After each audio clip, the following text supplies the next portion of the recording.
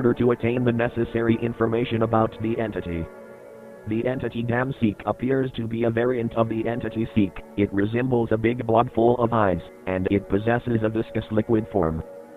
The entity has the ability to summon limbs anywhere throughout its body, and it also has the ability to summon child entities, such as blobs and worms.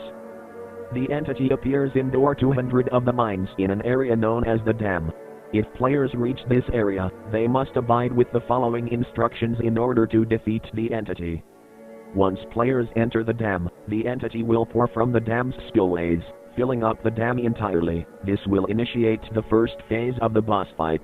In the first phase, players must rotate two valves located on the platform. These valves are marked with blue light from the entity guiding light.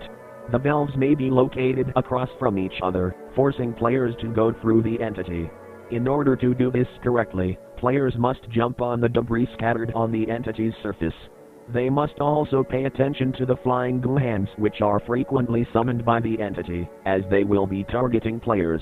The landing spots of the hands are indicated by red lights, and players should steer away from said spots in order to avoid being caught by the entity.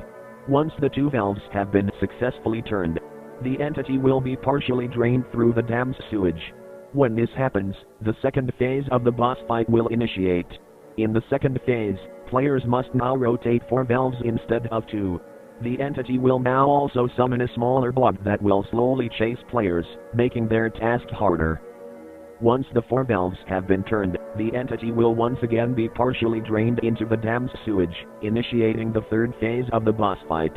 During this phase, players are now required to rotate 5 valves, and as entity will make it far more difficult for players to complete their task by summoning an entity known as Seek Worm. The Seek Worm will be frequently jumping from the entity's body and targeting players.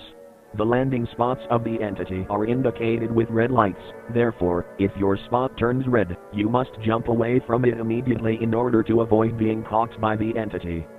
If players fall into the entity's goo, they will begin losing health slowly, and they must leave the goo immediately. Thank you for following up with this videotape. Have a great run and don't die.